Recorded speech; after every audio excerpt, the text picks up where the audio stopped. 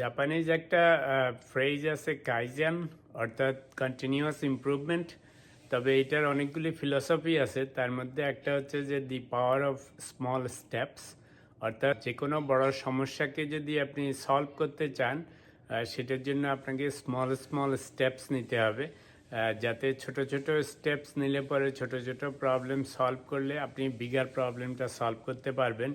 এটার দুটা কারণ, একটা হচ্ছে যে কোনো প্রবলেমকে যদি আপনি অ্যাজ এ হোল সলভ করতে যান, তখন বেশিরভাগ সময় এটা একটু অসম্ভব বা ভেরি মাচ চ্যালেঞ্জিং মনে হয়। কিন্তু যদি এগুলিকে ছোট ছোট অংশে ভাগ করে বিভিন্ন সেগমেন্ট করে কাজ করেন, তাহলে দেখা যায় সেই জিনিস যত কঠিনই হোক আস্তে আস্তে সলভ করা যায়। তা আমি একটা উদাহরণ দিই, হলো ছোট বাচ্চাদেরকে দেখবেন যারা হাঁটতে পারে না একদম, ওদেরকে একটু একটু করে হাঁটানো শিখাইলে তারপরে আস্তে আস্তে হাঁটতে পারে, একসময় দৌড়াতে পারে।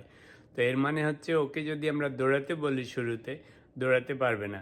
তো আমাদের পার্সোনাল লাইফ এবং প্রফেশনাল লাইফ অথবা বিজনেসে আমরা যত বড় রকমের জিনিস অ্যাচিভ করতে যাই, শুরুতেই যদি পুরাটা অ্যাচিভ করার চেষ্টা করেন, সব প্রবলেম সলভ করার চেষ্টা করেন, তাহলে হবে না। বরং স্মল স্টেপস নিয়ে ছোট ছোট জিনিস যখন সলভ করতে পারবেন, তখন আপনার মোটিভেশন বাড়বে, কাজে আগ্রহ বাড়বে এবং বিগার গোল অ্যাচিভমেন্টে হেল্প করবে।